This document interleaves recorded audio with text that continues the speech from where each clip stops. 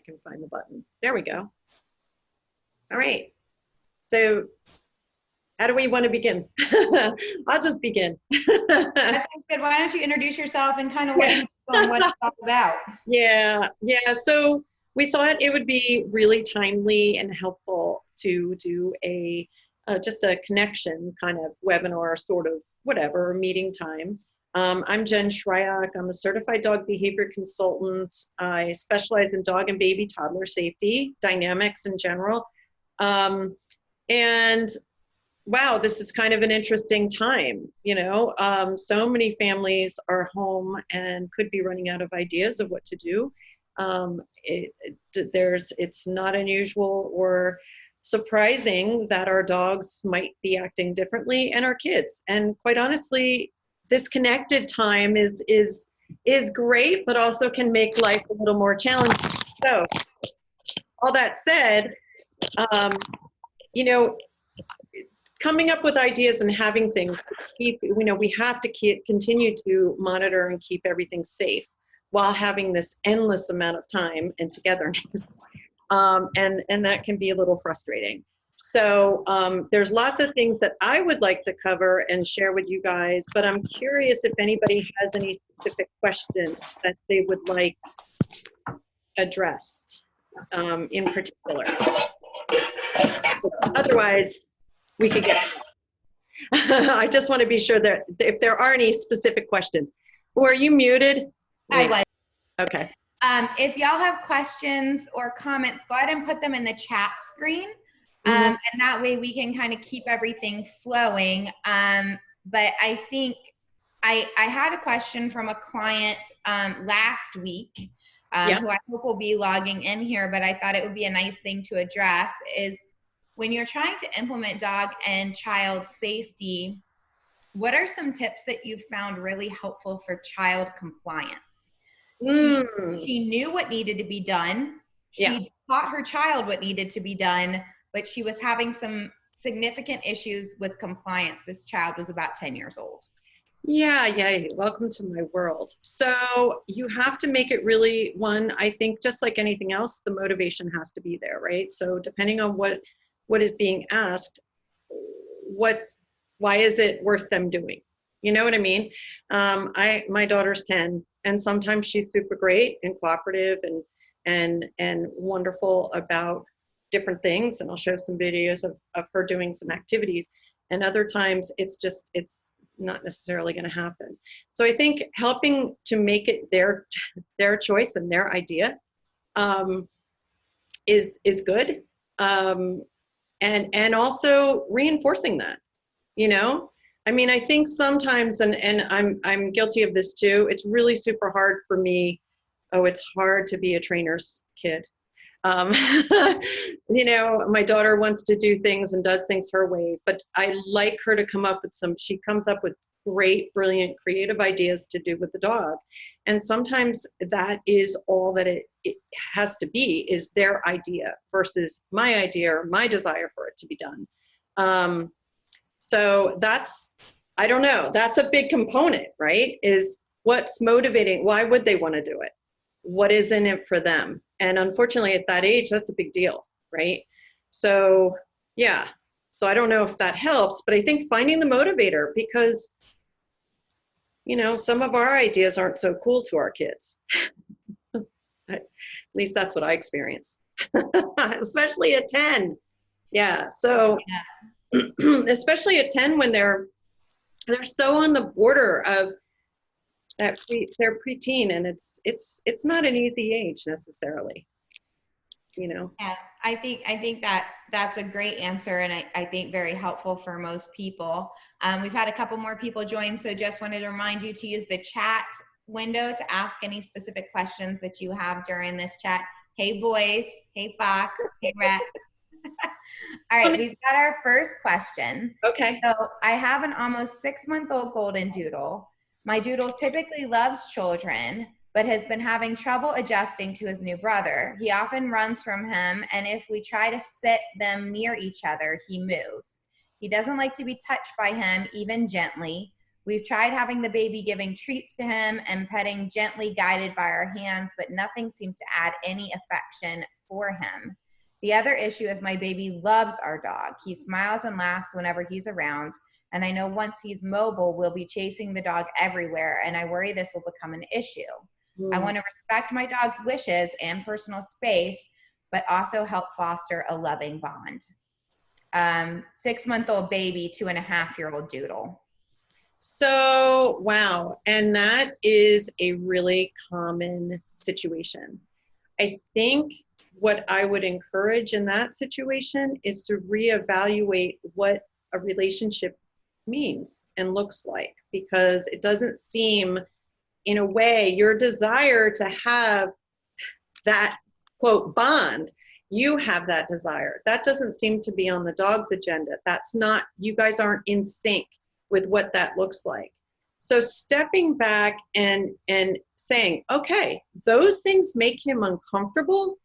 Wow, I get it. I honor that. I see that, you know. I'm not going to force it, because the more attention you're drawing to it, the more likely there's going to be separation and distance, and you're going to actually end up, you know, creating more of what you don't want. I would honor your dog. 6 months, you've got that sitting up, the baby's on the floor most of the time doing stuff. That's all so new. It's such a hard time for most dogs, believe it or not. I know that's not what the media and other things show you, but that's a tremendously difficult stage. It's not unusual for dogs to go, whoa, whoa, game changer. That little one that you were holding in your arms, that was sort of okay, but now that they're on the floor and now they're sitting up and their eye directly facing me, those things become very intimidating and dogs can become uncomfortable.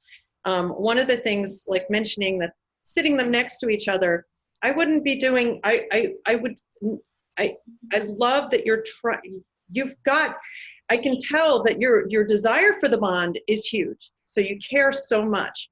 What I would suggest is honoring your dog's need for space and switching it up a little bit. So even when your son's in the high chair, we used to have a high chair that would go, you could move it up and down, and it had wheels, and it was so wonderful to be able to do activities with my child in the high chair and include the dog, but there's a comfortable distance and the dog always could choose to leave, you know. Things like, I like that you mentioned the gentle petting, and I recommend, if touching at all, I don't necessarily think there has to be physical touch to have a bond and relationship with a child. I think that sometimes that physical contact actually makes the relationship go further in the direction we don't want. It can create more stress and intensity versus just kind of still easing, allowing your dog to have their space, not requiring physical contact, and just building it over time. If you're going to allow touch, then I would recommend always guided touch, where your hand is right here so that these little fingers cannot pull the fur, because you know, no one's steady at 6 months. They're just not. And they're not at an age or point that understanding gentle is even, it's just not necessarily going to happen at that stage. So having some space, holding your child on your lap and doing, you know, like put your hand over their hand and do sit cues or down cues, things like that, and you give the treat, can be super, super helpful. So I think you've got the right ideas and the right desires. I would just allow your dog that communication. You know, he's really communicating discomfort with that physical closeness. I would honor that. I would accept that, embrace that, and know that the more that you're able to do that now, the more likely they're going to have a bond later on. But this is kind of a stage where, you know, we want everything. We want to see it. And I think our society in general, we like to see physical contact, and we associate that with harmony and happily ever after and everything else. And to be honest, that really needs to change for most comfort levels of our dogs and our cats too. And our cats too, because it's a different thing. I think also too, and this may or may not be happening, but one of the things that's so confusing for families at this stage is the dog might choose to come close at times. And it's confusing. Like, why is the dog coming close? But yet if my child reaches for him or touches them, the dog kind of darts away or doesn't seem to want it. Dogs are all about choice. They're all about being able to get out of a situation, most of them. Some aren't so much that way, but most of the time, if they're uncomfortable, they need to be able to move away. And so, I would look at the management. I would look at, this is a great stage for the play yards. I use them all the time. I use barriers all the time. Yeah, so I don't know if that helps, but I think you're on the right track and your desires are good. I would tweak them and listen to what your dog's communicating, because you're picking up on it. And that's key. Is I see that you're uncomfortable. Now I'm going to support you in that. And we're going to do things, we're going to put a little more distance there, to increase the comfort level. So does that answer and help a little bit? Is that person on this call? Yes. And she said, that was awesome. Thank you. That helps so much. Okay. And you're welcome to unmute too. I mean, it's such a tricky stage.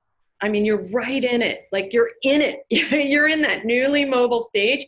That's when things are a little more challenging. So if you're not following us on Facebook, I would follow us, because we're constantly posting stuff. Next week is going to be actually what Dog Bite Prevention Week starts, second week in April. I like to refer to it as Dog Aware. So we're going to be posting a ton of stuff. So if you're not following Family Paws on Facebook and Instagram, I would do it so that you can really take advantage of all the cool stuff we're going to put out in the next couple of weeks. Thank you so much. I unmuted, so hopefully it's working. Yeah. But that's awesome, because Chewy, he was the baby for 2 years. He was very much put on a pedestal, and he had birthday parties and special outings, and he had mommy and daddy to himself. And I knew it would be an adjustment, but like you said, you see in the media these great images, and I thought, oh, they're going to be best friends. They're going to, he's going to want to be beside him all the time, because he's always loved children. But I didn't take into account, those aren't mommy and daddy's children. They go home. Well, yeah. In your home. Well, also too, I think one of the things I really try to be careful about too is we tend to lump kids in one category. And when it comes to baby and toddler, a 6-month-old is not a kid. You see what I mean? So I think a lot of times, I made this mistake too. My husky really loved kids, stable kids, like 5 and up. He was not a fan of toddlers at all. Made him very uncomfortable. He taught me so much.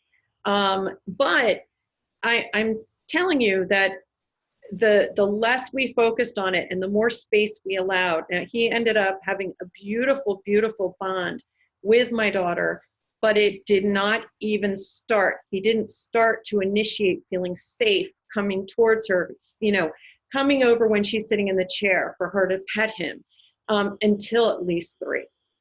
Okay, so I know it's super hard, but I want to just put out there, like, those pictures and images, they're a glimpse in time. And you're in that stage. I think it's a critical period where sometimes when things go wrong, we don't get it back, So I love that you're asking the questions, and I love that you're so in tune and paying attention. That's so good. That's like, you're on the right track. You're doing a great job. So keep doing that. Continue learning. And you've got great resources. So yeah.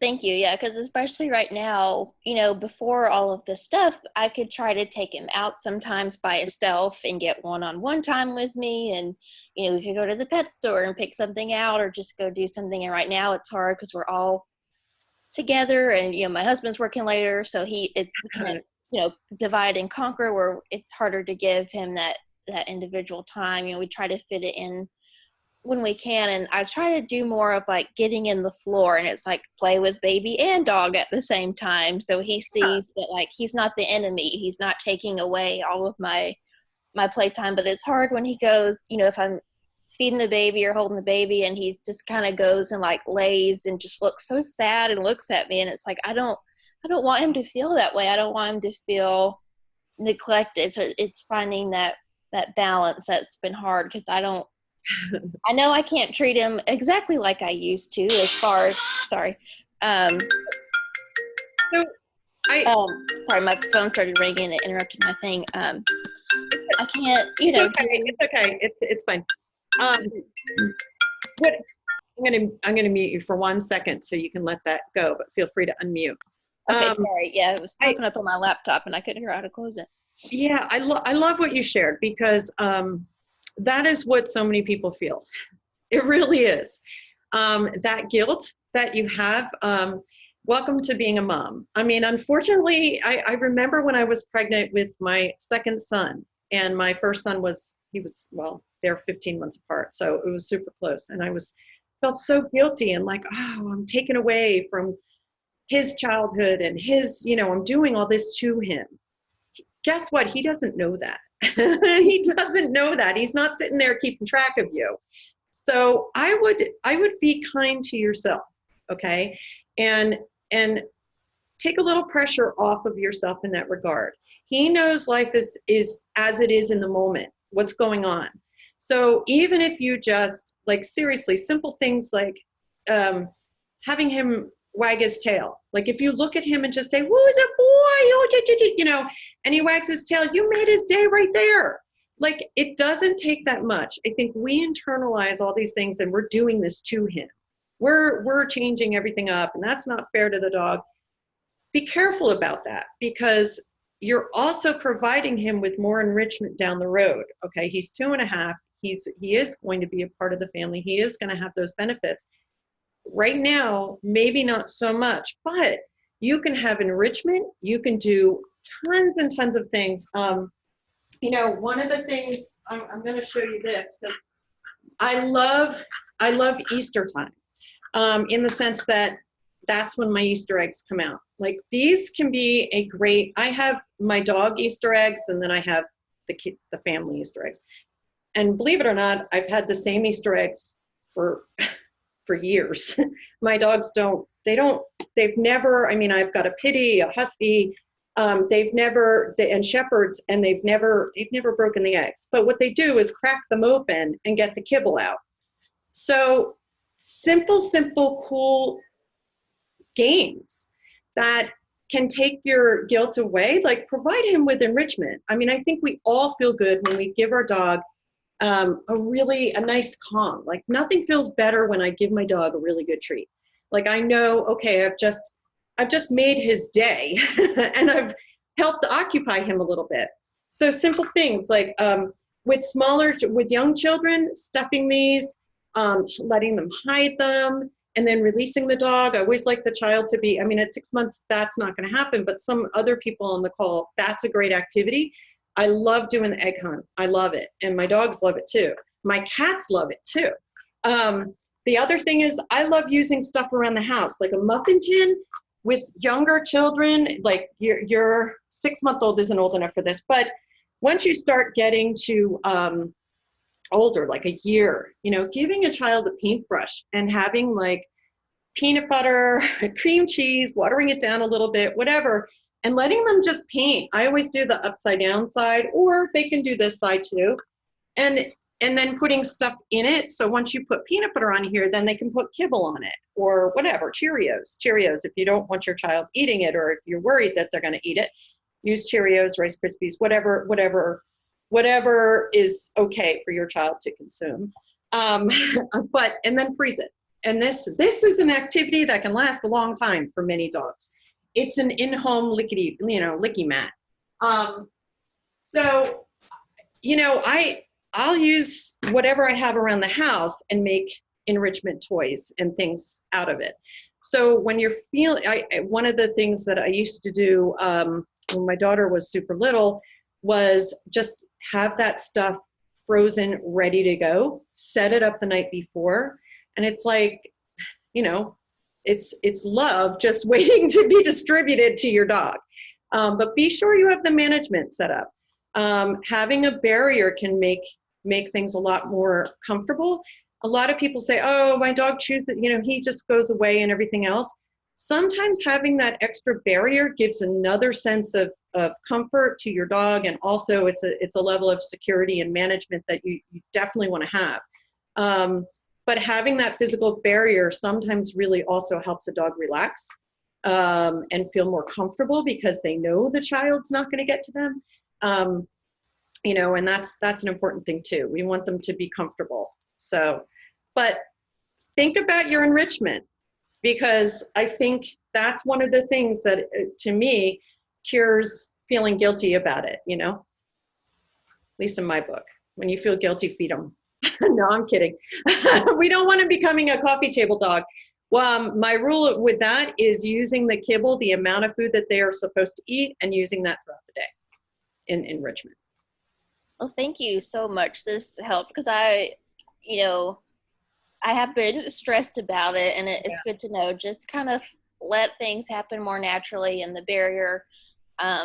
We definitely been looking into getting, you know, one of those little play yards for him to crawl around in, but that way his space doesn't interfere with Chewy's space. There's no taking of toys, and absolutely, you're going to really appreciate it. You're going to appreciate it. You can also, the beauty of those the panel play yards is that you can use it multiple ways. So sometimes you can use it to kind of contain your child, and other times you can use it just as a divider so the dog, you know, you can use it multiple ways. I think sometimes we can get stuck just having one way. Try to be creative with your management. Try to be, you know, gates, you know, like I said, the play yards are really good.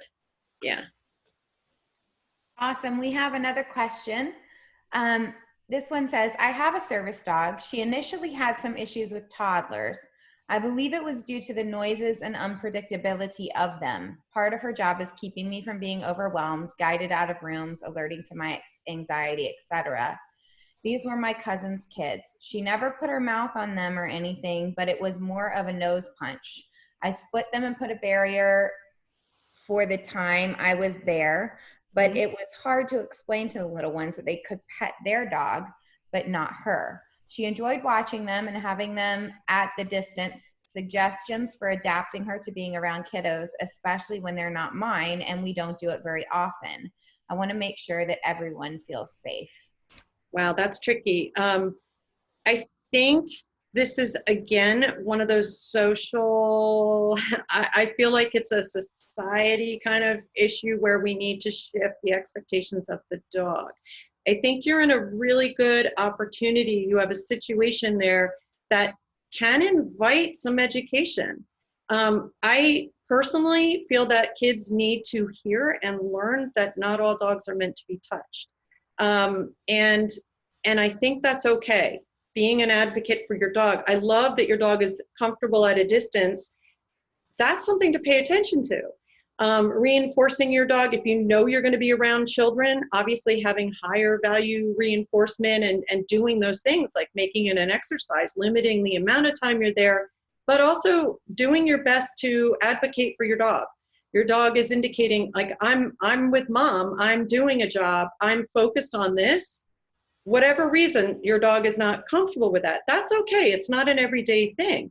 But I would, if you're going to be in those situations, I would really make sure you've got your tools with you.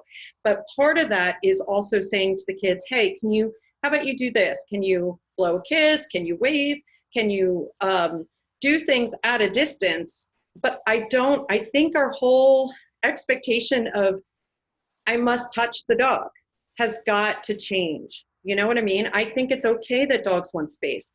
I've been joking around saying, boy, dog professionals are probably the best at social distancing, because we often like, if a dog wants space, man, I'm going to give him space. And I don't necessarily have to make him change. That doesn't have to change. So maybe that's not the answer you were expecting, but my thought is it's really important kids learn we're not going to pet him now. And that's okay. We're just not going to do that. We can do giving a treat, or he can show you a trick or something like that, but we're not going to do physical touch, you know? Yeah, so that's, I don't know if that helps, but that's kind of my take on it. I don't know. Abigail, what do you think about that?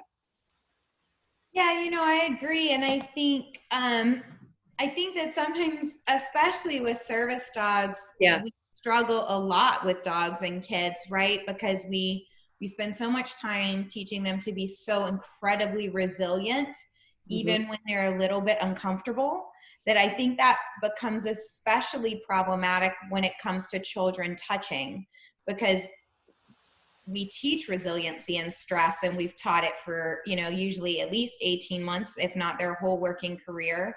And I think sometimes we can miss signals or distancing behaviors because they don't want to distance, because we've taught them not to distance. Right. And I think it is complicated. And I think I've been noticing on social media lately, seeing a lot of very uncomfortable service dogs with children that won't create distance because they've been trained not to create distance. And it's complicated.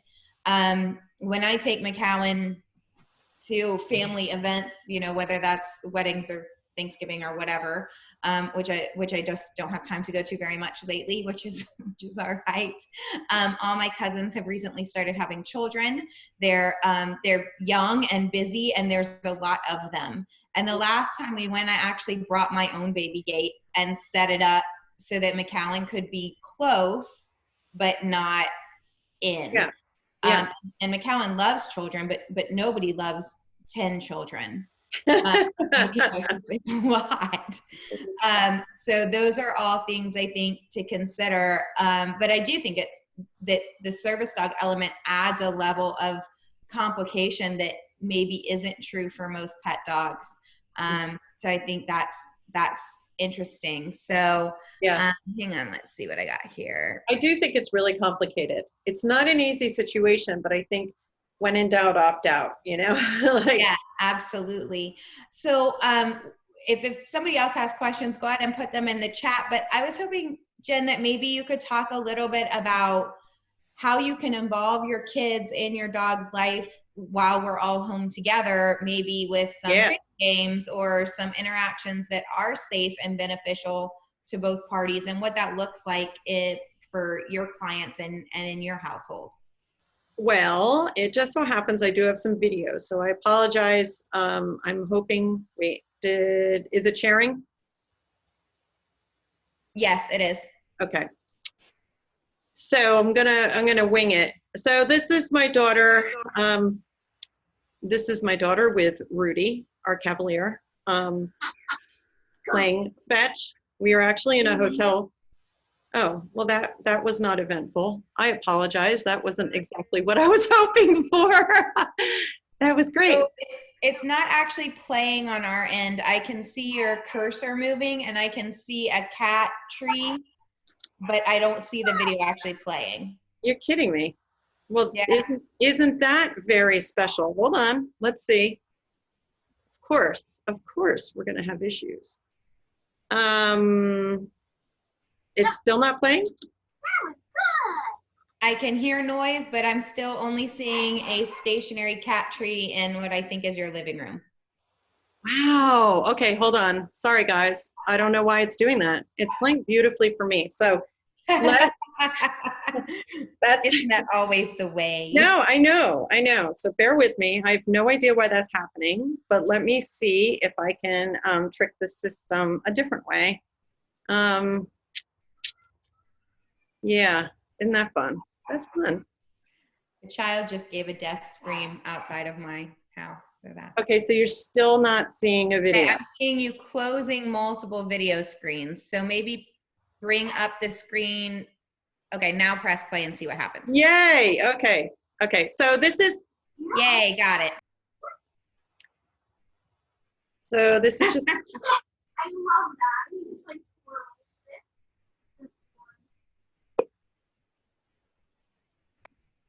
That was awesome. We could definitely see that.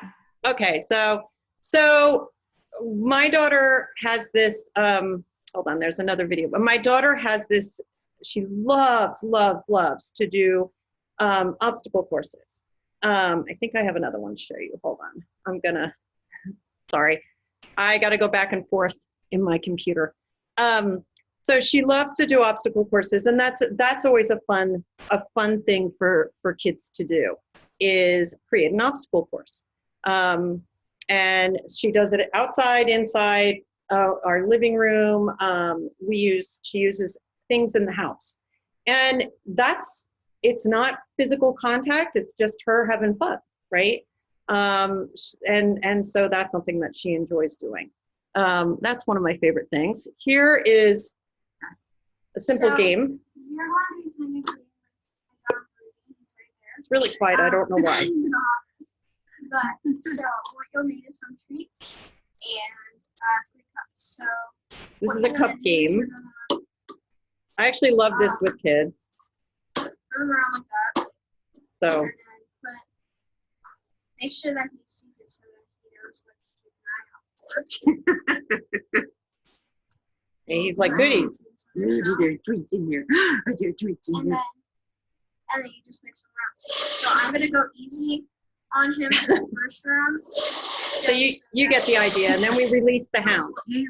So when I do this with young children so for example, like a 2-year-old, I love doing this game, but I station the kids. I have them stand on a target place. So sometimes I use a mouse pad. I might use a jump rope as a marker of where I want them to stand.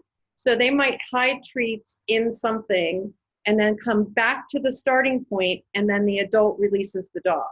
And the rule is that when you put the food down, you're not going to touch it. We're not going to interfere. We're going to allow the dog to go and enjoy that time. So this kind of game, I do this a lot with families and kids, and you can change the cups and, I don't know, put them all over the house. You can make a little trail of treats and stuff like that. That can be fun. And it's cool when the dog picks the right one, or, sometimes Kelsey just puts treats in all of them. That might be how he gets his dinner. So that's a simple game. Again, it's not involving physical contact, but it's one of those things that they can do. Kind of like the Easter egg hunt and the other activity I mentioned, like having kids paint, use a paintbrush or use spoons, spread stuff out and freeze it. So including them in creating those enrichment. Hold on. I know I have another one. Is that video good? I lined up all my videos, believe it or not, right before, and because I just closed down a lot of them, it's being weird. And I'm afraid of losing you guys. So while you're looking for those, I'm going to read another question that kind of circles back to the service dog thing. It says, what is your opinion on how proactive an owner handler needs to be in managing their own issues with children when a service dog is so highly trained to be so deeply attuned to their human? It's an issue I hadn't thought deeply about before. That seems unfair and hard for an anxiety patient to me. Oh, hold on. That's not what I want to do. Hang on. Sorry. Lost my spot. How is that to deal with? So I think, Dr. Dickey, what your question is what is it like for the service dog handler to manage their own children with their service dog? Is that what you're asking?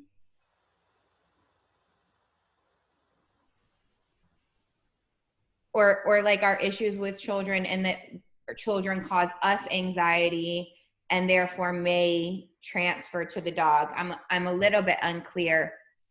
Okay, also people who don't care for children. See, it's like, me.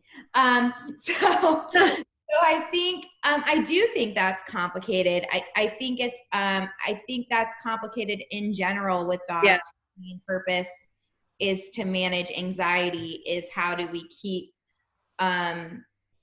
individuals who have phobias or anxiety, and their dog is there to comfort them in those situations or provide relief with deep pressure therapy or attention-seeking behavior or whatever that is, how we make sure the dog doesn't make a negative association with that thing.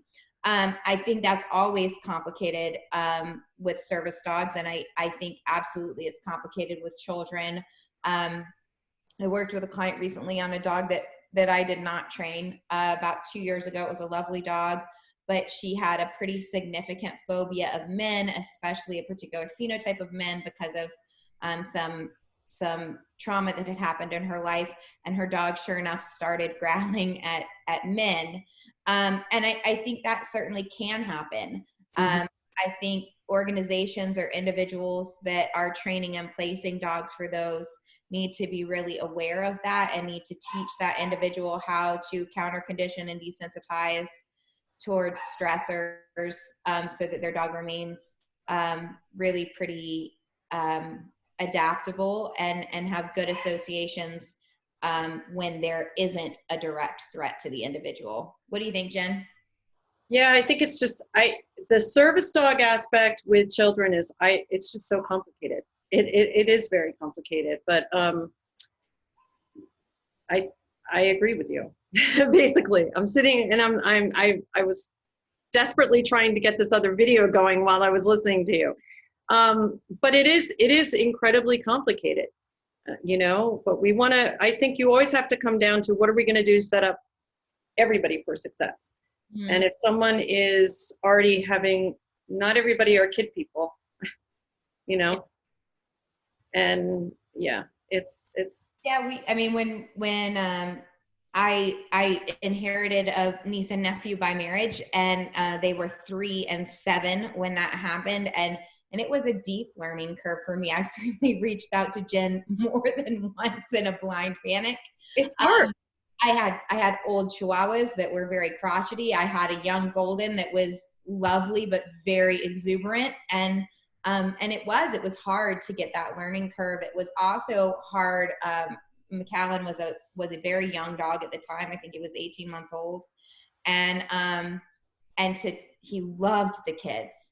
And it really started showing in his workability, because then every time he saw children, he wanted to close distance on children because he loved the kids, and he was getting such a high reinforcement rate for working with the children at home. So it was a whole deal of complicatedness. It is. And it's something, you know, it's an area that I think it's interesting, because I know you do an awful lot of service dog stuff. I don't run into that all that much, but it is a whole different layer, and it's a whole different circumstance than, you know, just kids around the family dog, you know? Yeah. Did you get your other video up? No, that video is not going to work. So what I'm going to do is show this one. Okay. This is one of my educators. They don't want their child seen, but I love this. I thought this was really cute. Just simple. Yay.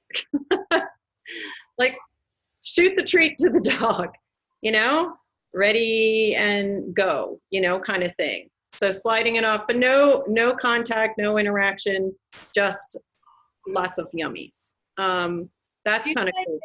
This is a helpful exercise to double back around to our question about the 6-month-old and the doodle. That seems like a great exercise to start to build positive associations between the doodle and the child, from a high chair behind a desk like that was, without having to stress contact. Yeah, because what I do find is a lot of people say, oh, the high chair, you know, my dog loves it when the baby's eating. And I say, oh, okay. But if your dog is uncomfortable with the baby, your dog will choose to go get that treat or that item from the child. So if your kid, you know, my daughter learned very quickly, like when I hang stuff over the edge of the high chair, you know, the dog comes, and that was cute, and she would giggle and everything else. I actually, I was a geek and had the time at home. So I trained my dog that when her hand reached here, he was to go to a spot. So, and that's where the treats would happen. because his comfort level, like even if she's holding a treat, that doesn't mean he wants her to touch him. You know what I mean? And I think that gets really confusing for people is the dog comes over and they're like, oh, we're building this great relationship. And the dog, you know, it's so good. He's pairing, you know, he's getting yummy stuff and he's, you know, having a positive experience around the kid when they're in the high chair. However, at some point, your child's going to want to not just give food, but is going to want to touch the dog. And that's a deal breaker you know, for some dogs. So especially if a dog is anxious or fearful, they'll get close enough because it's reinforcing, but then, whoa, all bets are off if you touch me, you know? So we've got to be careful about that. I actually like that activity because there's a barrier in between and there's no physical contact. They're not touching, you know, but I worry about the high chair stuff, you know, from that perspective. So I want to throw that out there because I think that is very confusing for people when a dog might choose to come over. They're like, oh, the dog always comes and checks out the child. But when the child initiates or shows anything, the dog's like, oh. And we have to remember that it's not always a two-way street there, you know, and be mindful of that. So I hope that was. What's your recommendation for families, like, for instance, with my niece and nephew with Macallan, right? He's insanely tolerant. He loves them, and truly they could just beat him with a 2x4 and he'd be pretty okay with it. Right. So my goal always is to be thinking about teaching them skill sets with Macallan that are true across the board, even with a dog that isn't tolerant. So how do you recommend people do that with a dog that maybe is incredibly tolerant and does close distance and is especially kind of squishy, and like that squishiness? How do you recommend teaching children good experiences and things that are true across the board when you have a dog that really isn't threatened by anything? Yeah, and so that's a good question. And it's funny because I've had so many different dog personalities, and there's always one of my dogs who seems to be that dog, you know, who things are a little calmer with. I think we have to model for kids just in general dog aware skill. I always like to have that invites, decrease bites, one hand petting, and really also doing the consent test or whatever we want to call it. I call it pet, pet, pause. My cat taught me this because, you know, that third pat, they might give you one of those love nips, you know, don't do it again. But I think across the board, it's really, really, really good for kids to be in the habit of, I'm going to pet you. I'm going to stop and see, are you still on board with this? Is this still good for you? Because I think so many times, and with a dog like him, like my husky, once Kelsey wasn't a toddler, he was one of those dogs who, oh my gosh, I mean, he just flop in your lap and you could pet him all day and he just want to snuggle with you. I mean, he was that dog, once you're not a toddler. But we still always taught pet, stop and see what is the dog choosing. And even if they're willing, and that's great because Macallan's one of those who goes, he gives you a real good, yes, more. But I think kids need to learn automatically to look for that. You know what I mean? So many times I get calls where they're like, but he was petting the dog. He was rubbing his belly. That's a classic one. He was rubbing his belly and my son, you know, got up to walk away and he bit him. And I say, well, I always use the example of my daughter sometimes likes to do my hair. And at different stages when she was younger, she would do my hair. And at first that feels good and that feels like something I might enjoy and it's relaxing sometimes. But yeah, there gets to be a point that you're like, okay, enough. You know, her idea of how to do it isn't my idea of relaxing.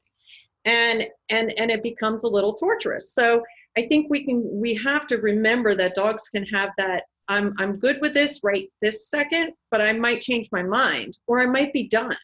So, you know, I think kids across the board should learn pet, pause, see what the dog is giving you. Do they want more? Do they not? Do they walk away? And like I said, it's great to have a dog that gives the green light often. But I still think they need to learn that, you know, even with that. think that's super helpful. So for everybody on the call, if you guys want to get in your last minute questions, that would be great because we've been almost an hour. I'm going to put Jen on the spot here really quickly. Two things. Will you tell us some of your amazing rhymes to teach children about dog safety that are going to be coming up in your children's book that you're going to write for me? Oh my God. All right. So yeah, that's what I'm working on. Well, so will you tell people how they can get more information and skill sets on how to learn more about this, how to play with their children and their dogs, those kinds of things? So I did want to show this. This is kind of an example of parent-guided touch and teach. Okay, so I wanted to put a visual to that. But this is part of the Dogs and Toddlers program, which is packed with information. We're running one online April 15th. So if you go to Family Paws under events, you can see that. And all the runs are in there. So they definitely are. Parent-guided touch, one hand enough, two hands too rough. This is a stuffed dog. When my photographer sent this to me at first, I jumped out of my skin going, ah! And then she's like, no, Jen, it's the stuffed dog. Actually, it's like the border collie I have over here. So one-handed petting, that's one of the rhymes that I talk about. One hand enough, two hands too rough. I do find when kids go to, when they put two hands on a dog, they want to go, kind of rough them up a little bit. So that's one of those phrases that we use. The other one, I think also too, that I think is super, super important and is valuable for everybody is invites decrease bites. Dogs really do better when they're given an option. When you invite them over and they can opt out if they choose to, so those are some, and I think another one, I have a lot of different ones and you'll see them next week for sure if you follow Family Paws. Dog and baby on the scene, a parent in between. That's a really important one for this age group. It's something that I think you have to practice and get in the habit of. If your child's on the floor, you want to be in between you constantly. And babies, when they're around, getting in that crawling phase and around a year to 16 months, I just remember looking at my couch and longing to sit on it because I really couldn't. I was chasing my toddler around the whole time. But it's one of those things that those little changes and barriers and tools to help your dog, it makes a big difference in the long run for all of them. So yeah, familypaws.com. We have educators all over the world. We do have a dog and baby support line, which I highly recommend. If you guys, any of you work with rescues or anything, please give it out. It's a really tough time for parents, and we definitely want to have resources and support for them. The support line is really intended for anybody at any time with questions, concerns, looking for activities. And we handle everybody individually. Usually they'll talk to me. It's a tough time. I think the more resources we have, the more likely dogs will stay in their home during this time. I'm really concerned about that, honestly. So please pass that along.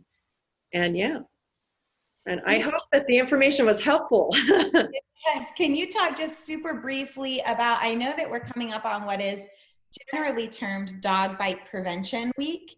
Can you talk a little bit about your goals for that week, how you've thought about rebranding it for your organization and why?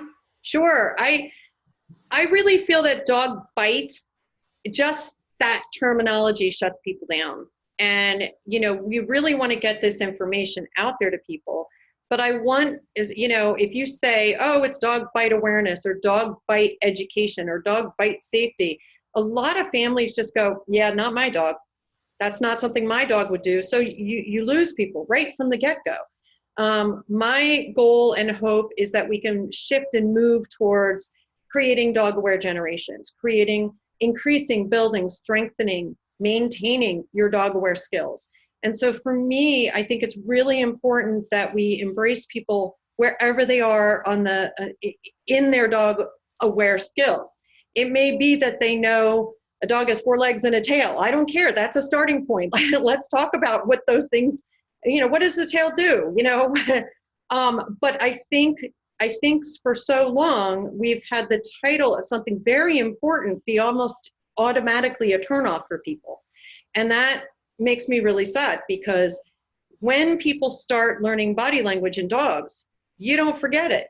Once you become aware and once you start seeing that and recognizing it and honing in on dog aware skills, looking at the ears, the eyes, the tail, the muzzle. I always talk about being a doggy detective. And I think that every age group can be a doggy detective. You can start looking ears, eyes, tail, muzzle. Gather the clues to solve the puzzle. It's one of those things you have to look. And we're going to have coloring pages on that. You'll be excited. I know we have really. That's close as I'm going to get to my children's book, and I'll take it. It might, yeah, I know that, yeah, one day. But I mean, seriously, it's one of those things that it's really important. So those are cute little phrases, but it does help people to think. I mean, I used to go into schools and talk about being a doggy detective and get the kids chanting ears, eyes, tail, muzzle. You can't solve the case. You don't know what the dog is really thinking or feeling unless you gather those clues. Look at the tail might be wagging, but what's his muzzle doing? What are the ears doing? So pay attention, and once kids start scanning a dog, it's really a beautiful thing. So those are some of the things. So for everybody that would like more information, you're going to have a teach in mid-April for the Dogs and Toddlers program, and that will be on familypaws.com. Yep. And then follow Family Paws Parent Education on Facebook. They produce some amazing resources. I mean, it's out all the time, and lots of really cool graphics and handouts and those kinds of things. So definitely be following them on social media. And let people know. I think something that's our goal at Rover Chase this year is to really start to talk about gifting a Family Paws preparation visit as a baby shower gift or as a new grandparent gift or those kinds of things. So we really want to get the word out that preparing and getting all this information as early as possible is a huge resource to families and adds security and safety that certainly new parents are always looking for. Definitely. Available with the hotline, and her Facebook page is super active. What else do you have, Jen? Well, we also have a YouTube channel. So if you're wanting some information like today, you're not sick of my voice and you'd like some more, you can go to YouTube and search for Family Paws. So it's just Family Paws, and we have 2 different playlists on there. One for preparing with before baby, preparing with your dog, and then we also have a section on crawling babies and that kind of thing. So different activities. There's more games on there. There's some activities to do. There's information about inclusion, 5 types of supervision. So there's a lot of material on there too. So I invite you to check that out as well. Actually, if you follow me on Instagram, that link for my YouTube is right in the profile. So Instagram is Family Paws Official. Great. And somebody wanted to know how to sign up for the online class. Oh, okay. On the Facebook, there's events, and under the events on the Facebook, it's all there. It's on the website too, but Facebook is probably the easiest. Yeah. Awesome.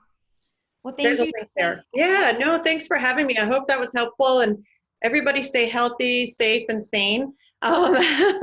Seems to be my 3 recommendations. I've got 2 out of 3. We're good. All right, there you go. Thank you, guys. Bye, guys.